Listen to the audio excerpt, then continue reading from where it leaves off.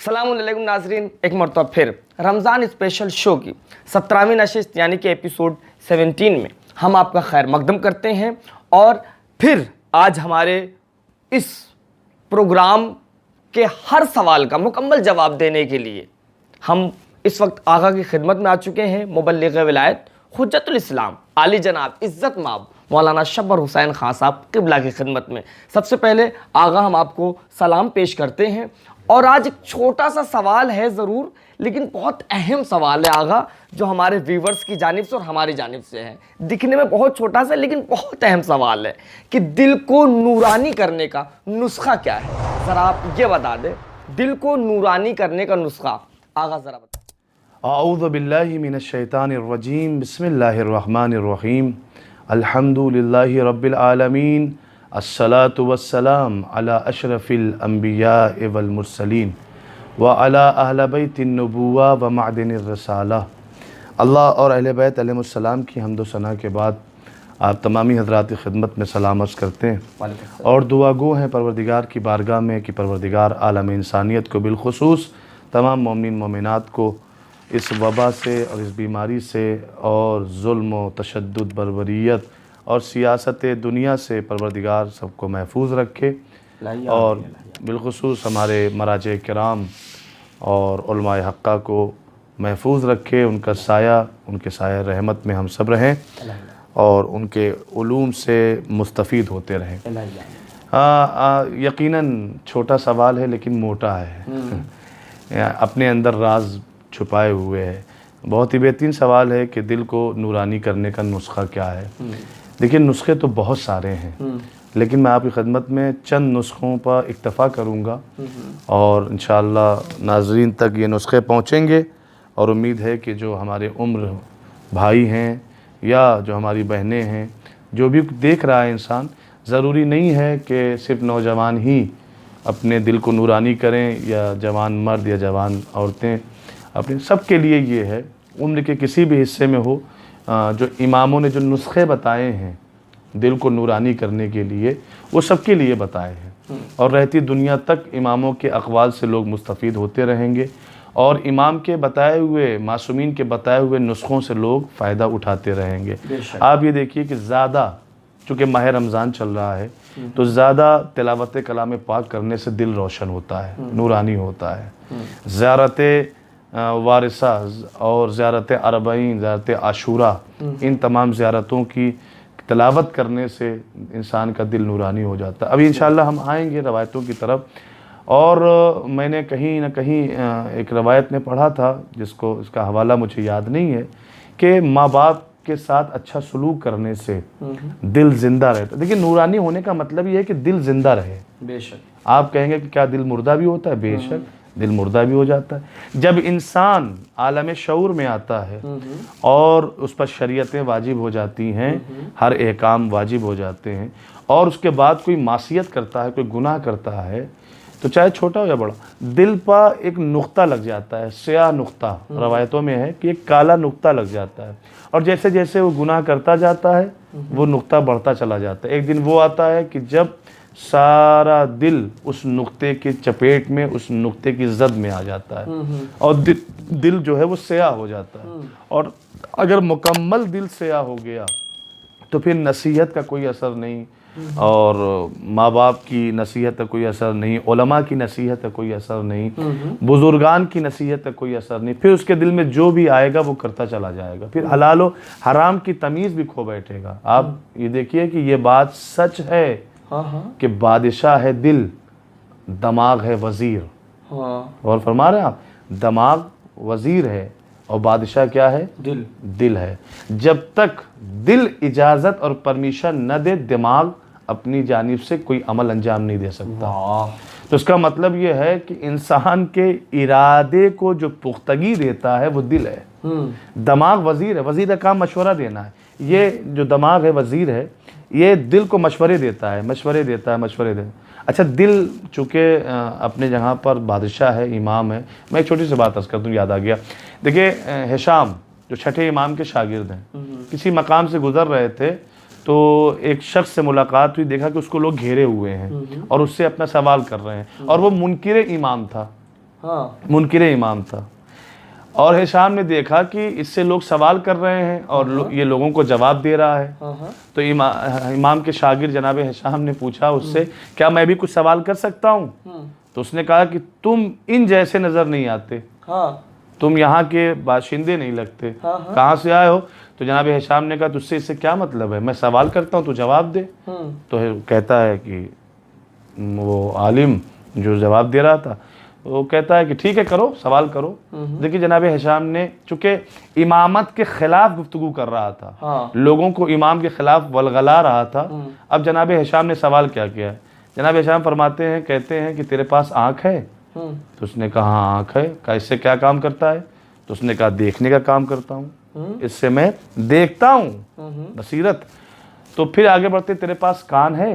कहता हाँ कान है। कहा इससे क्या करते हो? तो कहता है कि इससे समात, सुनने का काम लेता हूं। जुबान है? कहता हाँ जुबान भी है। इससे क्या? कहा जायका, इससे जायका महसूस करता हूँ, जायका लेता हूँ। और फरमा रहे आप, हाथ है, पैर है, हर एक चीज के बारे में पूछा। हाथ है, कहाँ है, क्या काम करता है? तो कहा इससे लम्स करता हूँ, छूता हूँ, इससे महसूस करता हूँ, किसी चीज को गिरफ्त में लेता हूँ। पैर है? कहा इससे क्या काम करता है? कहा चलता हूँ। सारी बातें कहने के बाद जनाब हिशाम ने आखिर में पूछा, तेरे पास दिल है? उससे पूछे, पहले पूछा दिमाग है? कहा हाँ। इससे क्या काम करता है? कहा सोचता हूँ, फिक्र करता हूँ, गौर करता हूँ। फिर उसके बाद आखिरी सवाल किया जो लुब्बे लुबाब तक, कहा तेरे पास दिल है? और सवाल भी आपका यही है, दिल को नूरानी बनाने। उस जनाब हिशाम ने जो छठे इमाम के शागिर्द थे, पूछा उससे, उस आलिम से, मुनकिर इमामत से पूछा कि तेरे पास दिल है? कहता दिल भी है। कहा इससे क्या काम करता है? कहा दिल जिस्म का इमाम है। वाह, अल्लाह अकबर। जवाब क्या दिया उसने, मुनकिर इमामत ने? कहा दिल बादशाह है, दिल को अल्लाह ने जिस्म के अंदर तमाम आज़ा का इमाम बनाया है, का दिमाग का वजीर बनाया है। कहा कि ऐसा कभी हो सकता है कि बगैर बादशाह के हुक्म के वजीर या जिस्म के तमाम आज़ा अपना काम करने लगे? कहा नहीं, जब तक बादशाह हुक्म न दे, जब तक इमाम हुक्म न दे, तब तक जिस्म का कोई हिस्सा अपनी मर्जी के मुताबिक काम नहीं कर सकता। अब चूंकि इमामत का मुनकिर था ना जनाब हिशाम, वाक़या कंप्लीट कर दूं कि जनाब हिशाम ने कहा जरा सोच कि जो अल्लाह एक जिस्म को बगैर इमाम के नहीं रखता, वो कायनात को बगैर इमाम के कैसे रखेगा? सुभान अल्लाह, सुभान अल्लाह। देखिए कितना बेहतरीन जवाब एक दिल के जरिए से दिया। तो दिल को नूरानी बनाने का जरिया और नुस्खा ये है कि मुद्दत अहले बैत दिल में हो, दिल तो ऐसे ही रोशन है। तिलावत कलाम पाक हो, दिल तो रोशन होगा। अपने वालिदैन के साथ हुस्न सलूक करने से दिल बेदार रहता है। जिनके दिल मुर्दा हो जाते हैं वो वालिदैन की खिदमत से दूर हो जाते हैं। जिनके दिल मुर्दा हो जाते हैं वो अताते इलाही से दूर हो जाते हैं।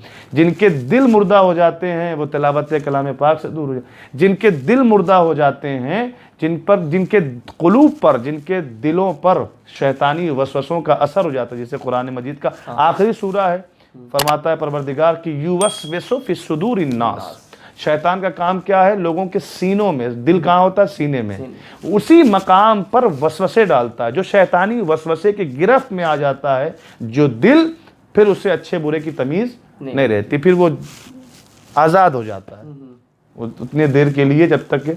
हाँ, अगर उस स्याह नुक्ते को, अगर उस गंदगी में आलूदा दिल को अगर वो चाहता है कि पाको पाकीज़ा बनाए, तो फिर उसका एक रास्ता है तौबा।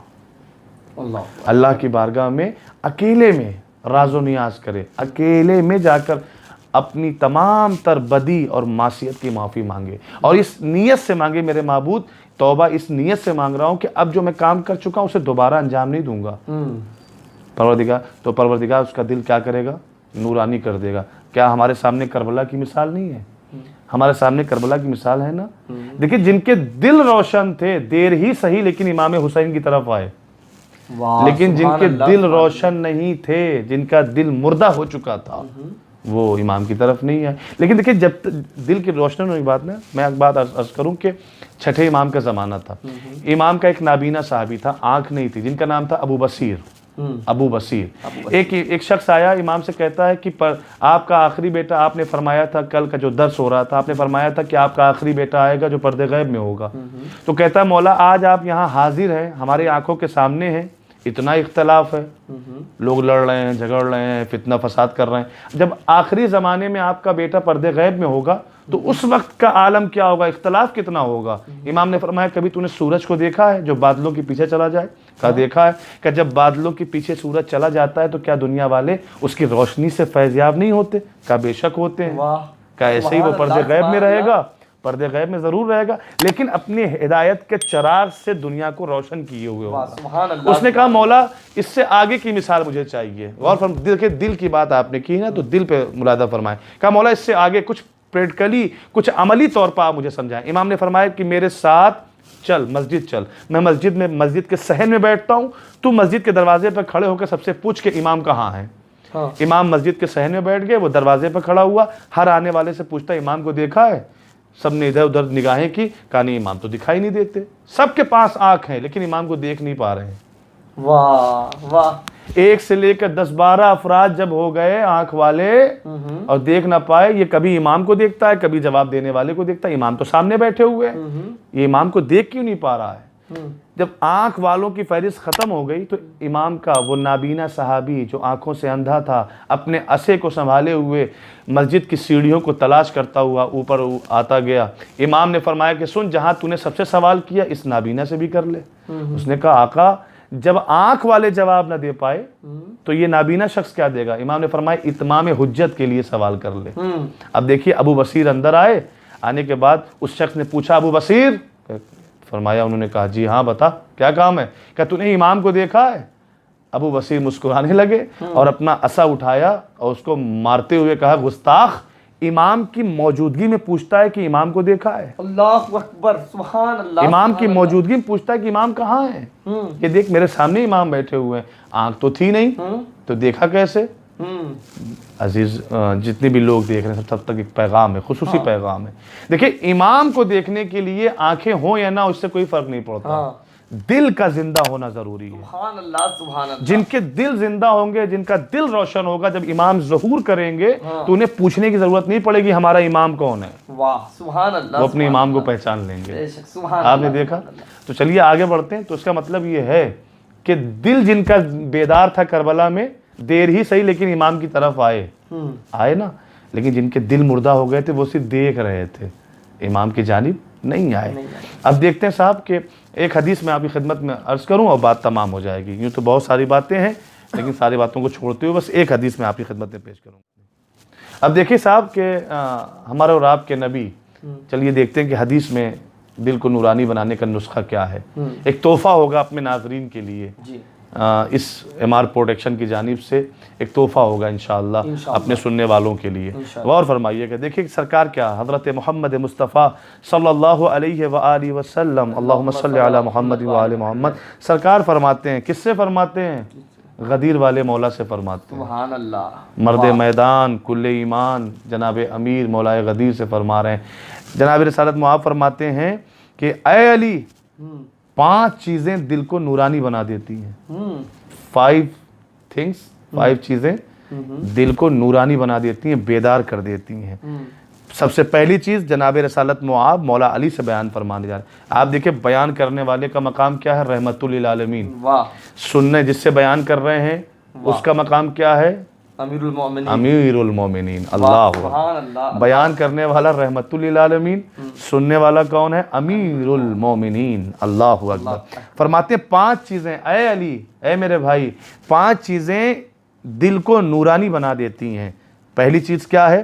सूरह तौहीद, सूरह इखलास की बकसरत तिलावत करना। सूरह तौहीद की बकसरत ज़्यादा से ज़्यादा तिलावत करने से दिल क्या होता है? नूरानी हो जाता है। पहली चीज़। दूसरी चीज़ सख्त है लेकिन चूंकि फरमाने मासूम है तो अगर अमल करेंगे दिल नूरानी हो जाएगा। पहली चीज़ क्या थी? सूरह तौहीद को बकसरत तिलावत करना। दूसरी चीज़ मौला रसालत मुआब फरमाते हैं जनाब अमीर से कि अगर चाहते हो कि दिल नूरानी रहे, कम खाओ। कम खाना दिल को नूर देता है, ज़्यादा खाने से दिल में अंधेरा पैदा होता है। कम खाने से दिल में नूर पैदा होता है। 2 चीज़ें।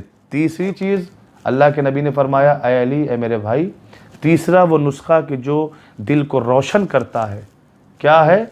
फरमाया उलमा की हमनशीनी, जानने वालों के दरमियान उठना और बैठना, इल्म रखने वालों के दरमियान, आलिमों के दरमियान सोहबत अख्तियार करना, आलिमों के दरमियान उठना बैठना। इसलिए कि जब उलमा की नशिस्त में बैठोगे तो कुछ न कुछ दीन और इस्लाम लेकर आओगे, और जब जोहला की नशिस्त में बैठोगे तो दिल को स्याह करके आओगे। तो अल्लाह के नबी फरमाते हैं उलमा की हमनशीनी करने से, उलमा की सोहबत में बैठने से दिल नूरानी हो जाता है। नंबर 3। नंबर 4 क्या है? नमाज शब की अदायगी। जब सारी दुनिया सो रही हो उस वक्त एक अल्लाह का मखसूस खास बंदा मुसल्ला बिछाकर उसकी याद में मौह हो जाए, उसकी याद में मगन हो जाए, तो क्या होता है? उसे नमाज शब कहते हैं, जो कि 11 रकात है। 11 रकात नमाज शब, उसके पढ़ने से रसूल फरमाते हैं क्या? दिल नूरानी हो जाता है, रोशन हो जाता है। 5वीं चीज, बहुत ही आसान नुस्खा अल्लाह के नबी ने बताया, और अजीब और गरीब है, बहुत ही आसान। मैं नहीं समझता कि ये 5वीं चीज पर कोई अमल नहीं कर सकता। गौर फरमाइएगा, इल्ला ये कि कोई बीमार हो या परेशान हो। 5वीं चीज फरमाते हैं जो दिल को नूरानी और रोशन कर देती है। फरमाते ऐ मेरे भाई अली, मस्जिद की तरफ चल कर जाना। अल्लाहु अकबर। जैसे जैसे तुम्हारे कदम अपने घर से मस्जिद की तरफ बढ़ते जाएंगे, वैसे वैसे दिल में रोशनी का चिराग रोशन होता चला जाएगा। सुभान अल्लाह, जज़ाकल्लाह। क्या फरमाते हैं? फिर से मैं बयान कर दूं। पहली चीज़ मैंने बताई कि सूरह तौहीद की कसरत से तिलावत करने से दिल नूरानी होता है, और कम खाने से भी दिल क्या होता है? रोशन होता है, नूरानी होता है। उलमा की नशिस्त में बैठना, उलमा की सोहबत में बैठने से दिल नूरानी हो जाता है। नमाज शब की अदायगी से दिल रोशन और नूरानी हो जाता है। और सबसे आसान तरीका अल्लाह के नबी ने क्या बयान फरमाया कि मस्जिद की तरफ चल कर जाना। मस्जिद की तरफ चलकर, अल्लाह के घर की तरफ चलकर जाने से क्या होगा? दिल नूरानी हो जाएगा। तो उम्मीद है इंशाअल्लाह कि ये सारे नुस्खे अगर हम अपनाएंगे तो हमारा दिल नूरानी हो जाएगा। हम अपने देखने वालों से दुआ की गुजारिश करेंगे कि हम जो कुछ बयान कर रहे हैं, परवरदिगार से दुआ करिएगा अहले बैत के सदक़े में कि परवरदिगार हमें भी तौफ़ीक दे, 100% 100% तौफ़ीक दे कि हम भी अमल करें, और जहाँ जहाँ तक ये MR प्रोडक्शन की जानिब से वीडियो जा रही है सब मुस्तफ़ीद हों और सबको तौफ़ीक हासिल हो अमल करने की इंशाअल्लाह। सुभान अल्लाह आगा, सुभान अल्लाह। बहुत ही उम्दा और बहुत ही इबरत खेज जवाब आपने दिया है। हमें उम्मीद है कि जितने भी लोग देख रहे हैं उन तमाम लोग फैज़याब हुए होंगे और बहुत अच्छी लगी होगी वीडियो। अगर अच्छी लगी तो आगा के हक में दिल से दुआएं कीजिएगा, और हाँ, हर रोज़ दिन में 2 बजे देखना ना भूलें रमज़ान स्पेशल शो। मिलते हैं कल दिन में 2 बजे, तब तक के लिए खुदा हाफ़िज़।